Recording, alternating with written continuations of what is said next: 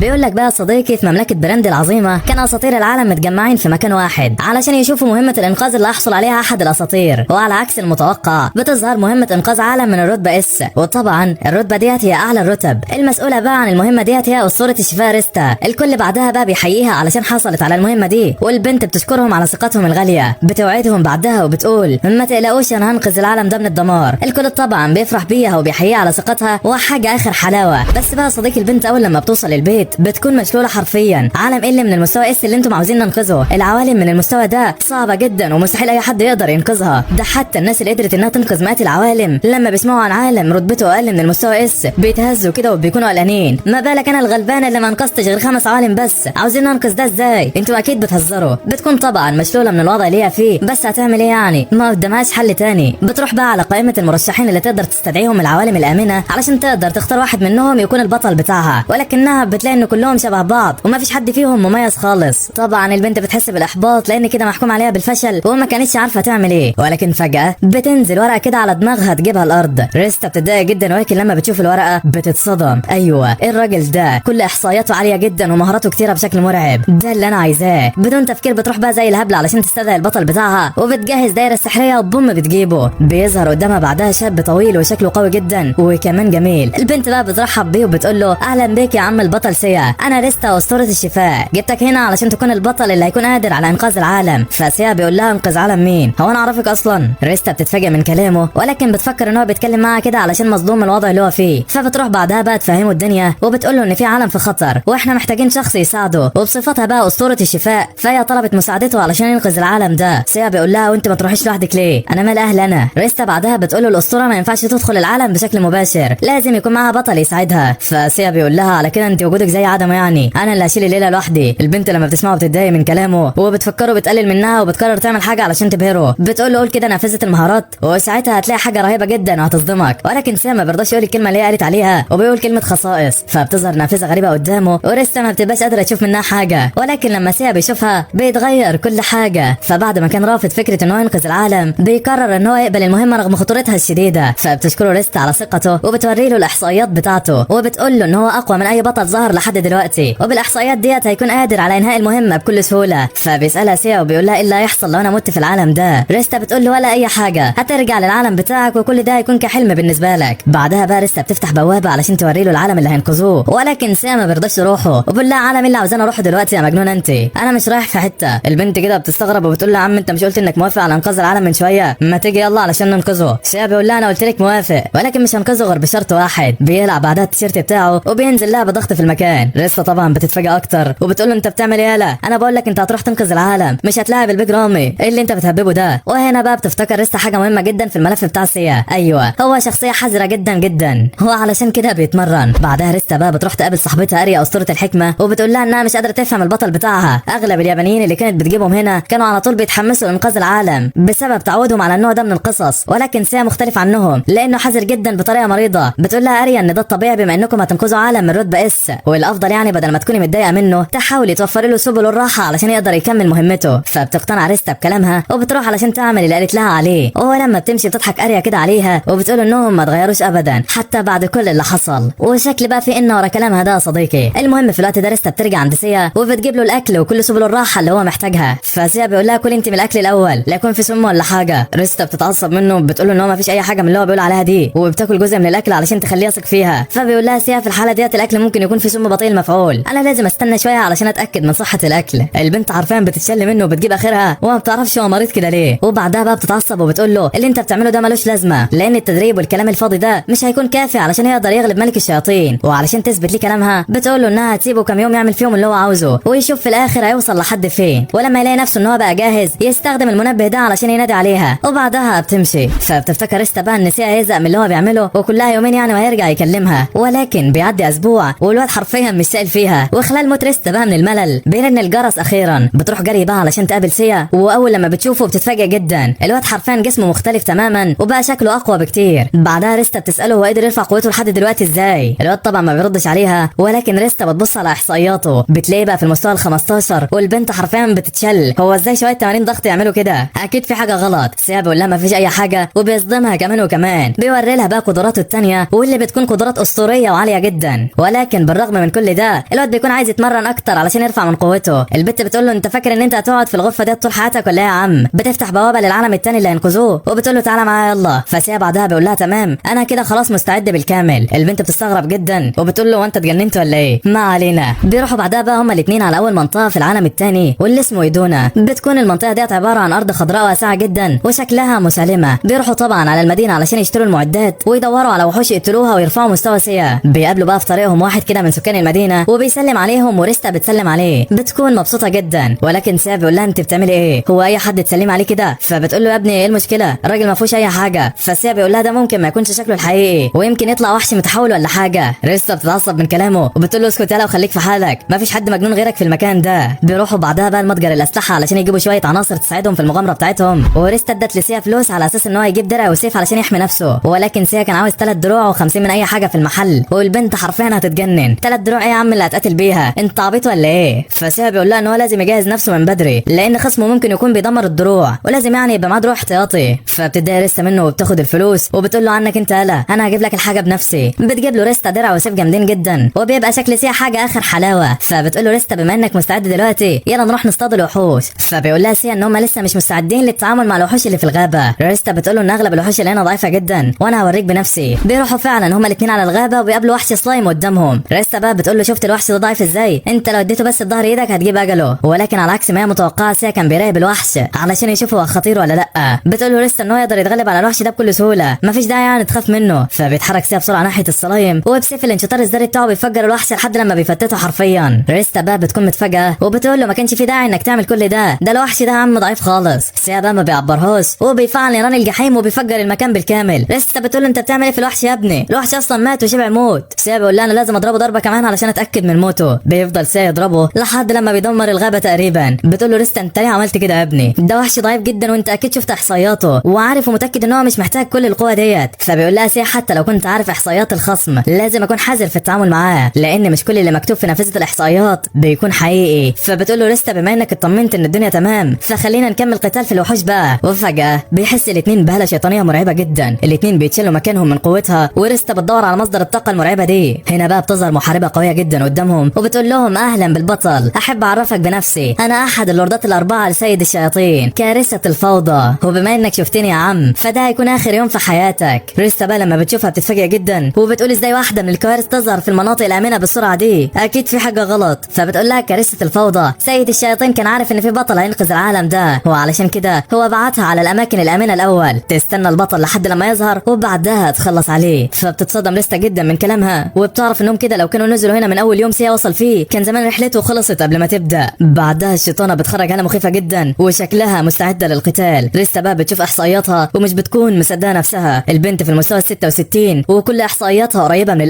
ال1000. هم كده مستحيل يكسبوها. بتسال سيا هنعمل ايه؟ فبوم بتلاقيها خدله في اسنانه وهرب. الله عليك يا سيد الرجاله، الجاري نص الجدعانه برضه. وخلال هروبهم بقى بيقول لها سيا انهم لازم يخرجوا من العالم ده فورا. فبتفتح ريستا البوابه علشان يهربوا ولكن الشيطانه بتكون وصلت وعلى وشك الهجوم عليهم. سيا بقى بيفعل سحر نيران الجحيم وبيفجرها علشان يعرفوا يهربوا ولكن الشيطانه بتقول له مفيش فايده من الهروب، انا عارفه ازاي هجيبك لحد عندي، ما تقلقش يعني يومين بالظبط وهتيجي زي الكلب هنا. بيرجع الاثنين مملكه براندي واول حاجه سيا بيعملها ان هو بيطرد ريستا من المكان علشان يتمرن. بيعدي يومين وبتكون ريستا زهقت من الوضع ده فبتستخدم بلوره خاصه علشان تعرف ايه اللي حصل في المدينه. وهنا بتلاقي الصدمه. ايوه الشيطانه دخلت المدينه وعماله تنشر الخراب والدمار في كل حته والناس بيطلبوا المساعده من اي حد بس مفيش حد هناك علشان يساعدهم والشيطانه عماله تذل فيهم. بتقول ان لو البطل ما ظهرش بعد ساعه هقتل كل الناس الموجوده في المدينه. ريستا بتتضايق لما بتعرف اللي بيحصل وبتروح عند سيا وبتقول له الشيطانه دخلت المدينه هتقتل كل الناس اللي هناك لو ما رحناش وساعدناهم، يلا يا ابني نعمل اي حاجه. سيا بيقول لها ان هو لسه مش قوي كفايه علشان يقدر عليها ولازم يتدرب اكتر من كده. وبعدين يعني مش انت قلت ان الوقت هنا ابطا من اللي في العالم التاني فخلينا هنا براحتنا. ريستا بعدها بتقول له مش معنى ان الوقت هنا ابطا يبقى مش بيتحرك هناك، الناس هناك في خطر ولازم نروح وننقذهم. بتفتح ريستا البوابه بقى علشان يروحوا هناك ولكن سيا بيوقفها بيقول لها انا لسه مش مستعد علشان اقتل الشيطانه دي، احنا كده هنروح ونموت وخلاص. ريستا بتقول له انهم لو استنوا اكتر من كده الناس اللي في القريه كلهم هيموتوا ولكن الواد بيتجاهلها وبيكمل تدريب. فبتضايق ريستا جدا من اللي بيعمله وبتقول له انا كنت فاكره انك هتكون بطل عظيم بس طلعت شخص جبان جدا، ناس كتيره هتموت بسببك، انا عمري ما هسامحك. بتفتح بعدها الباب وبتكون هتمشي ولكن سيا بعدها بيوقفها بيقول لها ان العالم ده على حافه الدمار، انا الوحيد اللي اقدر انقذه ولازم احافظ على حياتي لاني لو مت فالعالم ده كله هيتدمر. انا مش جبان يا ست ريستا، لها انا حريص بس على الناس دول اكتر من اي حد في العالم، وانا لو زي ما انت بتقولي جبان ما كنتش هبذل كل المجهود ده علشانهم. فبتبص ريستا كده على احصائياته وبتلاقي المفاجاه. ايوه الواد في يومين بس قدروا ان هو يوصل للمستوى 21 وكل احصائياته بقت قويه جدا. بيقول لها سيا انا اتمرنت كتير علشان اللحظه دي، دلوقتي انا على اتم الاستعداد لاي حاجه، يلا بينا على هناك. في الوقت ده بقى بتكون الشيطانه زهقت من الانتظار وبتقرر تقتل كل الموجودين في المدينه، ولكن قبل ما بترفع سيفها بتتعرض لهجوم قوي جدا. ايوه سيا وصل لانقاذ المدينه. بتقول له بقى الشيطانه انها ما تخيلتش ان هو يرفع قوته بالسرعه دي، بس مع الاسف انت هتموت النهارده. لسه بعدها بتقول لها انت اللي هتموتي، سيا احصائياته اعلى منك بكتير والافضل انك تستسلمي دلوقتي. ولكن فجاه الشيطانه بترفع سيفها وبتطعن نفسها بيه، والاثنين طبعا بيتصدموا من اللي حصل، بيكونوا فاكرين انها انتحرت وخلاص، ولكن الموضوع كان عكس كده. ايوه فجاه الشيطانه اتحولت لوحش مرعب وبقت اقوى بمراحل. بتشوف ريستا بعدها الاحصائيات بتاعتها وبتكون مش مصدقه نفسها، احصائيات الشيطانه زادت اكتر من 3 اضعاف وسيا حرفيا ما عادش منافس ليها. بتهجم الشيطانه على سيا وبتكسر المكان. ريستا بقى بتكون فقدت الامل في الفوز وبتقول اكيد زمانه مات. ولكن المفاجاه سيا مش بيصاب باي خدشه، حتى الكل مش بيكون فاهم حاجه ازاي قدر يصد ضربه الشيطانه رغم انها اقوى من احصائياته بمراحل. بتشوف بعدها ريستا احصائياته وبتعرف انها مزيفه، بتحاول تبين احصائياته الحقيقيه ولكن الواد بيكون منعها من الدخول. فبتستخدم ريستا كل قوتها لحد لما بتقدر تشوف احصائياته الحقيقيه، وساعتها البنت بتتشل حرفيا لان سيا كان في المستوى 37 وكل احصائياته معديه على 10000. ده غير ان معاه مهارات وقدرات اكتر بكتير من اللي شافتها في الاول. طبعا البنت بتكون مصدومه ومش مصدقه الاحصائيات دي وبتقول مستحيل حد يحصل عليها في يومين من التدريب، ومعنى كده ان سيا كان مخبي قدراته الحقيقيه من ساعه ما جه العالم هنا، وحتى لما قابل كارثه الفوضى كان يقدر يهزمها ولكنه قرر يتدرب اكتر علشان يتاكد ان هو يفوز عليها بشكل ساحق. ريستا بقى في الوقت ده ما بيجيش في بالها غير حاجه واحده، وهي ان الراجل ده مريض ومستحيل يامن لاي حد. بعدها الشيطانه بتتصدم بقوته وبتقول له ده انت طلعت اقوى ما انا متخيله، بس ده مش معناه ان المعركه انتهت. بتجمع الشيطانه كل قوتها علشان تدمر المدينه باللي فيها، ولكن فجاه سيا وصل عندها بوم بعدها بسيف الجحيم بتاعه بيهجم عليها، بيفجر ابوها وبيمحيها من الوجود، وبكده اخيرا كل حاجه انتهت. ريستا بقى بتروح عنده كده وبتكون مبسوطه جدا وبتقول له انها ما كانتش متوقعه انه يكون مخبي القوه ديت كلها، فبيقول لها ان ده طبيعي علشان يحمي نفسه من الاعداء ويقدر يكسب المعركه. بيجي بعدها بقى اهالي المدينه وبيشكروا سيا وريستا على مساعدتهم وبيعرضوا عليهم يقعدوا في المدينه ويعملوا احتفال كبير علشان انتصارهم. سيا بقى بيقول لهم مفيش مشاكل بس لازم اخلص حاجه بسرعه كده الاول. بيروح سيا بقى يلم الاسرار اللي فاضله من كارثه الفوضى وبعدها بيفجرها هي والمدينه بالكامل، وبسبب الخراب اللي عمله الكل بيطلبوا من سيا يمشي قبل ما يدمر المدينه اكتر من كده. بعد ما بيمشي بقى الاثنين من القريه ريستا بتقعد تعاتب سيا، بتقول له انت مجنون ولا ايه يا ابني؟ انت ليه فجرت بقى الشيطانه في نص المدينه؟ ما كنت تعمل كده بره. فسيا بيقول لها ان هو ما يضمنش لما يلمس الحاجات دي ما سيطرش على جسمه، والافضل يعني ان هو يدمرها في مكانها وخلاص. فبيجي بعدها بقى الراجل اللي سيا انقذه من الشيطانه هو وبنته علشان يشكره، بيديله كمان شويه فلوس كده علشان تساعده والدنيا رايقه. سيا بعدها بقى بيصدم الراجل وبيقول له بقى انت يا راجل يا معفن مديني شويه ملاليم بعد ما انقذت حياتك، شكلي كان لازم اسيبك للشيطانه تقتلك. الراجل بيتصدم طبعا وبيعتذر وبيدي لسيا كل اللي معاه وبيمشي، وريستا بتصدم اكتر بتقول له انت ليه خدت الفلوس من الراجل يالا؟ مش البطل بيساعد الناس بدون مقابل؟ فسيا بيقول لها لا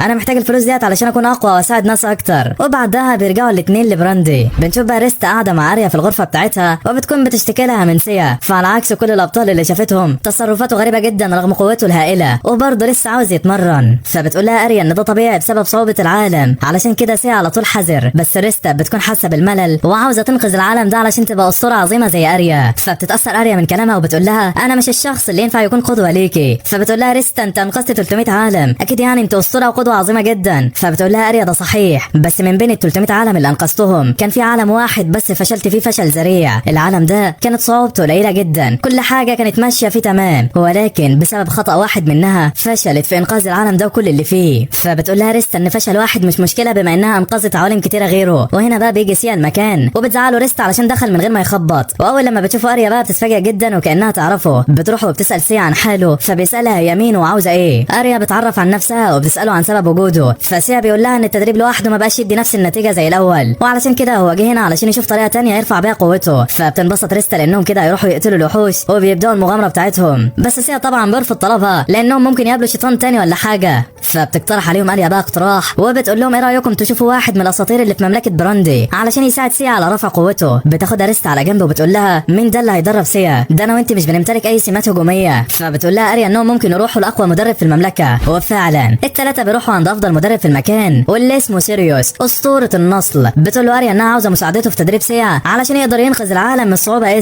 فبيوافق سيريوس بشرط واحد ان مهما حصل ما ينفعش سيا يوقف تدريب والا مش هيساعده تاني. فبعدها سيا بيقول له بلاش نفخة الصدر ديت لحسن هتيجي بعدها تعيط. فبيتضايق سيريوس وبيطلب منه يوري له مهاراته، وبعدها الاتنين بيهجموا على بعض وعلى الرغم من قوة اسطورة النصل ولكن سيا كان قادر يجاريه. طبعا سيريوس بينبسط من المهارات اللي عنده وبيقرر ان هو يعلمه كل حاجة. بعد يومين بقى بتروح ريستا علشان تشوف اخبار التدريب بتاع سيا، وبتلاقي سيريوس قاعد في المطعم، فبتسلم عليه كده وبتساله على اخبار التدريب بتاعه مع سيا. فبيقول لها سيريوس ان سيا محارب قوي جدا، وعلى الرغم ان هو مجرد بشري لكنه بيقدر يتعلم اغلب المهارات بتاعتي من اول يوم. دلوقتي عنده قوة مرعبة لدرجة ان انا ما عدتش قادر على مواجهته بقوتي العادية. فبتنبسط ريستا ان سيا بقى قوي قوي كده وبتقول له تمام. وبعد 4 ايام بتروح ريستا تجهز شوية اكل علشان تحتفل بانتهاء تدريب سيا، ولما بتروح علشان تجيب المكونات بتلاقي سيريوس مستخبي هناك. بتتفاجئ ريستا وبتساله هو بيعمل ايه هنا، فبيقول لها وطي صوتك ده ممكن يسمعنا، انا تعبت قوي علشان الاقي المكان ده. فبتستغرب ريستا وبتساله هو بيتكلم عن ايه، فبيقول لها سيريوس هو في غيره، انا بتكلم عن سيا، الراجل ده مريض وربنا انا عمري ما شفت شخص حذر ومهووس بالقوه زيه. الواد حرفيا كان بيتدرب وبيتقاتل معايا ال4 ايام بلياليهم وما خدش لحظه واحده علشان يرتاح،